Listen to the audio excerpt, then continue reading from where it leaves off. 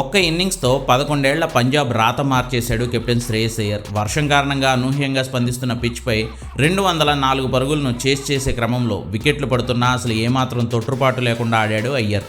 ఎవడున్నా లేకపోయినా నాట నేను ఆడేస్తానన్నట్లు చెలరేగిన అయ్యర్ 41 బాల్స్లోనే 5 4లు 8 సిక్సర్లతో 87 పరుగులు చేశాడు. బుమ్రాను మాత్రమే తెలివిగా ఆడిన అయ్యర్ తన బౌలింగ్లో స్ట్రైక్ రొటేట్ చేసుకుంటూ మిగిలిన ముంబై బౌలర్లపై మాత్రం మూర్ఖంగా విరుచుకుపడ్డాడు. స్టార్టింగ్లో కుదురుకునేందుకు మంచిగానే టైం తీసుకున్న అయ్యర్ వన్స్ సెట్ అయిన తర్వాత మరణ తాండవం ఆడేశాడు. రీస్ టోప్లేన్ అయితే ఒకే ఓవర్లో 3 సిక్సర్లు బాది మాస్ ఊచకోత మొదలుపెట్టిన అయ్యర్ అశ్విని కుమార్ అనే పిల్ల బౌలర్ను టార్గెట్ చేసి చావు బాదాడు. బౌల్డ్ బౌలింగ్లో 4లు, అశ్విని కుమార్ వస్తే సిక్సర్లతో విరుచుకుపడ్డాడు అయ్యర్. అంతెందుకు లాస్ట్ 2 ఓవర్లో 26 పరుగులు కొట్టాలి అని ఫ్యాన్స్ అంతా టెన్షన్ పడుతుంటే ఒక్క ఓవర్లోనే అశ్విని కుమార్ను 4 సిక్సర్లు బాది ఇంకో ఓవర్ మిగిలి ఉండగానే 204 పరుగుల టార్గెట్ను చేసి పారేశాడు అయ్యర్.